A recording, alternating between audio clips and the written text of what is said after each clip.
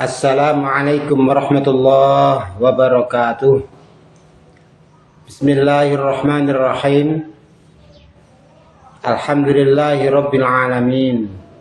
Allahumma salli ala Sayyidina Muhammad wa ala ali Sayyidina Muhammad wa barik sallim ajma'in. Amma ba'du, kita lanjutkan belajar tauhid dengan menggunakan sanad kitab Tanwirul Qulub oleh Syekh Muhammad Amin Al-Qurdi. Nafa'anallahu bi'ulumihi wa bihikamihi. Semoga Allah memberikan kepada kita manfaat dari ilmu-ilmu Syekh Muhammad Amin maupun dari kebijakan-kebijakan beliau. Amin.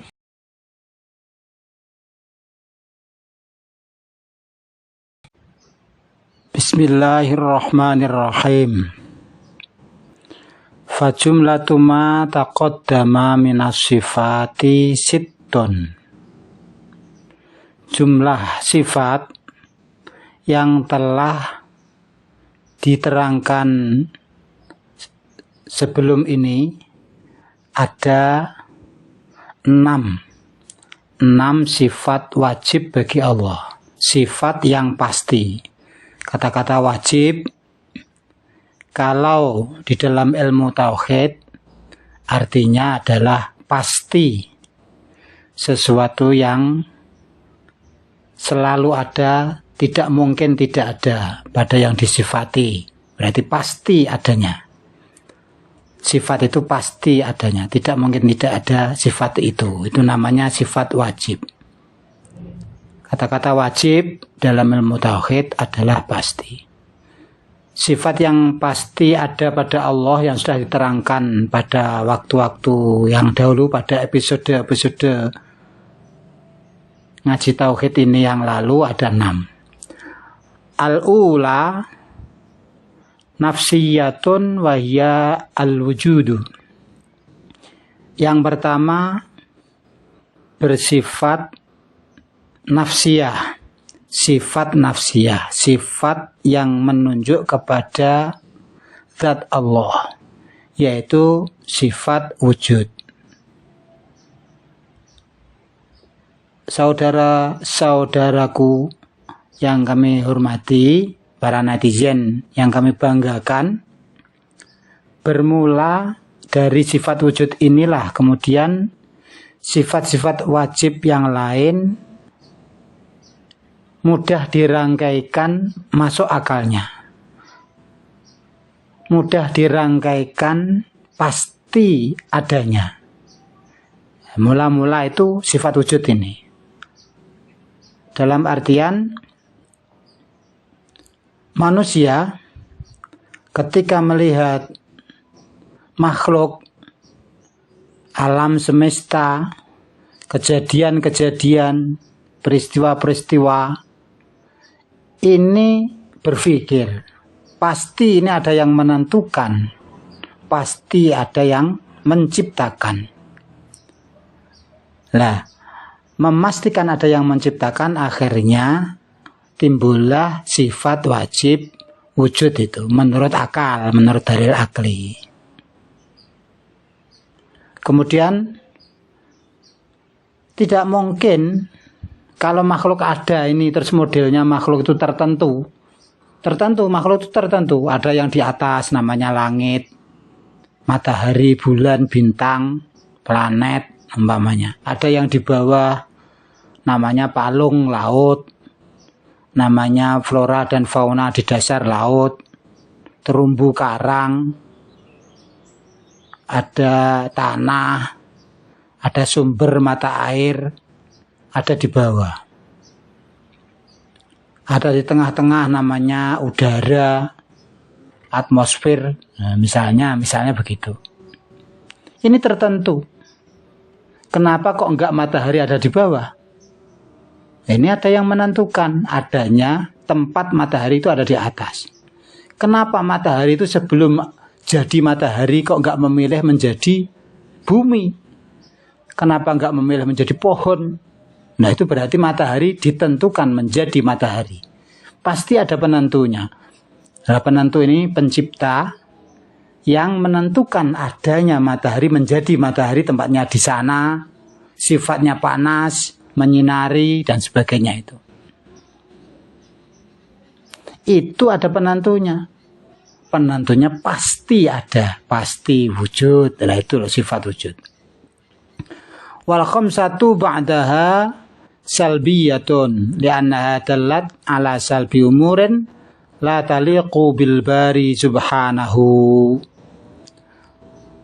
Kemudian 5 sifat setelah sifat wujud. Jadi wujud, qidam, baqa, mukhalafatul lil hawadithi, qiyamuhu binafsihi, wahdaniyah.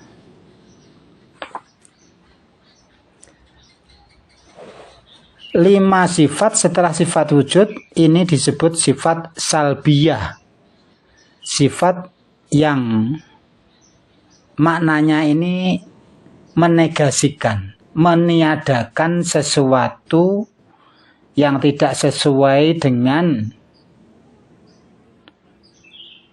sifat Allah. Tidak pantas bila Allah bersifat seperti itu.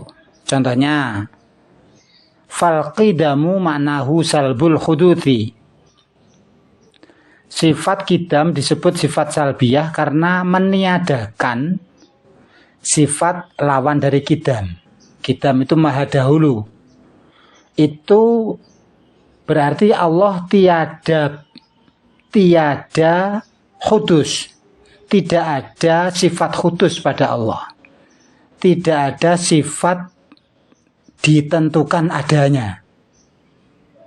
Artinya, kalau qidam itu pasti tidak ditentukan adanya. Kalau ditentukan adanya kan mesti ada yang menentukan, ada penentunya. Penentu ini pasti bersifat qidam lebih dahulu daripada yang ditentukan. Kan gitu.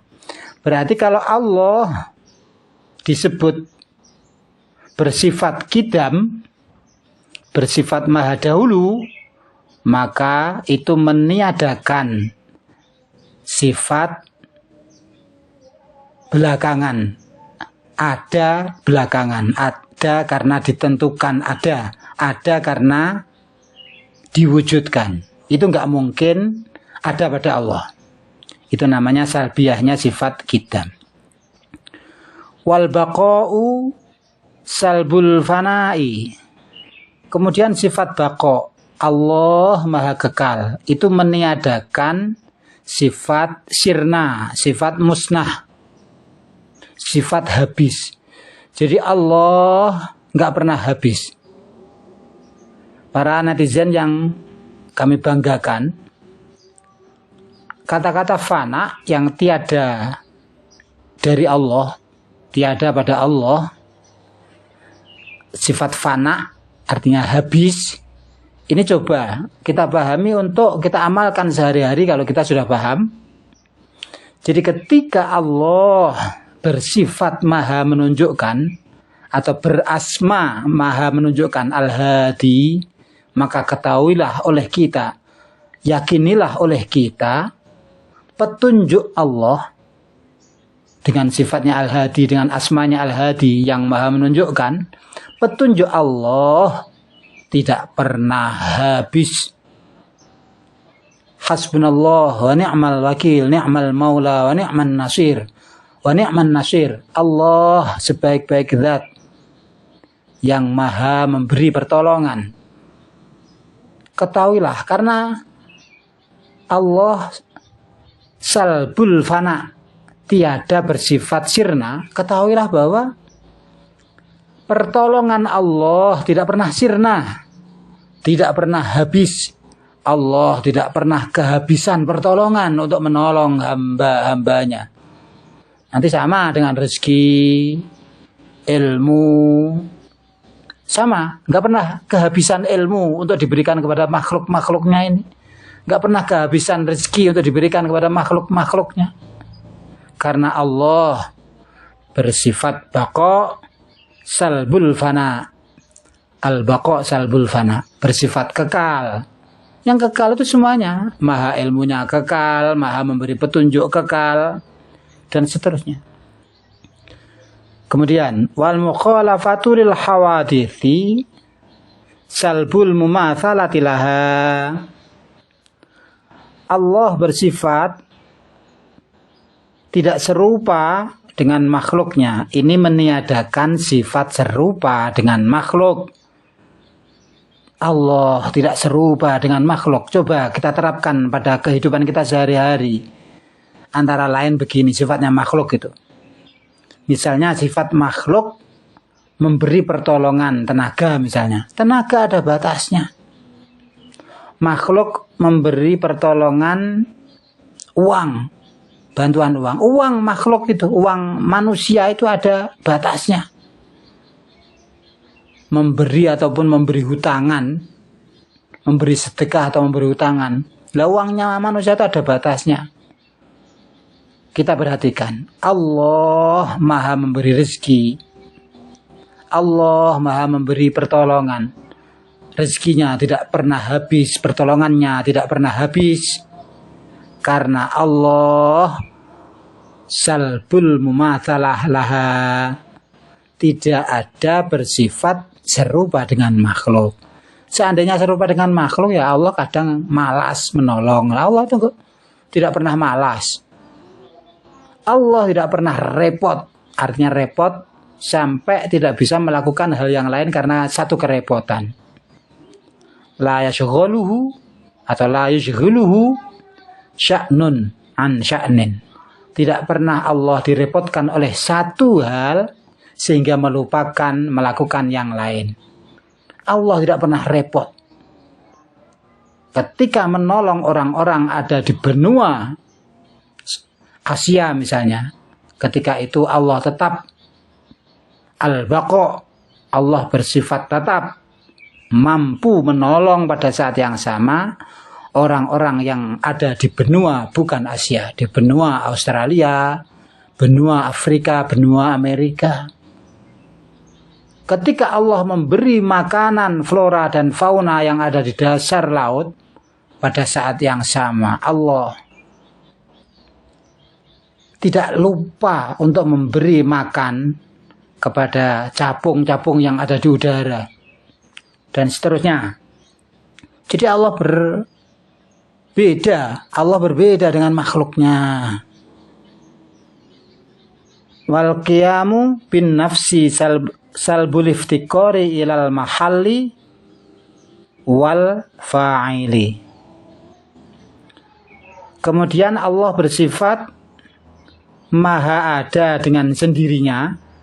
Ini meniadakan sifat ada tergantung dengan tempat atau tergantung dengan adanya yang membuat, yang membikin, yang mencipta.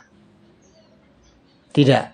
Jadi salbul iftiqar. Allah tidak bergantung kepada tempat. Artinya ada bila ada tempat. Tergantung tempat. Pasti berkait dengan tempat. Itu tidak. Itu salbu itu. Tidak ada Allah bersifat tergantung tempat. Juga Allah salbul liftikor ilal fa'il. Tiada butuh atau tiada bergantung kepada pembuat. Jadi Allah ada bukan karena dibuat oleh seorang pembuat. Tidak.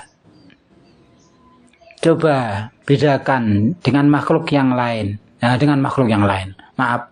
Dengan makhluk. Semua makhluk bergantung pada tempat. Nggak ada makhluk tanpa tempat itu nggak ada. Yang paling fenomenal itu makhluk bernama roh. Roh itu bertempat. Roh itu bertempat. Jiwa itu bertempat. Kemudian bahkan namanya itu sinyal HP itu bertempat. Dan tempatnya banyak, makanya sinyal itu ada di mana-mana.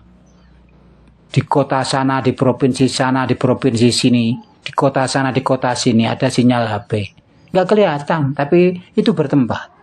Allah tidak sama seperti sekalian makhluknya. Allah ada dengan sendirinya tanpa tempat dan tanpa ada yang membuat. Maksudnya yang membuat Allah menjadi ada itu enggak ada. Allah ada tanpa dibuat, tanpa fa'il. Kemudian kurang satu, wal wahdaniyatu salbut ta'adudi fil dzati wa fis sifati wa fil af'ali. Kemudian sifat maha tunggal, maha satu ini meniadakan sifat berjumlah. Baik berjumlah itu di dalam zatnya, di dalam sifatnya maupun di dalam perbuatannya. Allah dalam berbuat tidak pernah berbuat itu dua rencana. Dalam sifat Allah tidak pernah mempunyai sifat itu satu jenis sifat dua kali atau meralat yang satu diganti yang kedua, terus bisa jadi diganti yang ketiga dan seterusnya. Nggak mungkin. Allah maha wujud ya wujud itu, maha kudrat iradat ya kudrat itu, satu kudrat, satu iradah. Masing-masing sifat bersifat wahdaniyah, dan zat Allah bersifat wahdaniyah, perbuatan Allah bersifat wahdaniyah, bersifat tunggal. Jadi nggak pernah ada perbuatan itu diralat. Wah, nggak jadi saya, atau nggak jadi aku berbuat begini, aku akan berbuat yang model B. Nggak pernah ada begitu. Nggak mungkin itu, nggak masuk akal. Jadi Allah selalu bersifat maha satu. Demikian. Semoga banyak manfaat dan barokahnya. Wallahu a'lam bissawab. Wallahul muwaffiq ila aqwamit thariq. Walhamdulillahi rabbil alamin.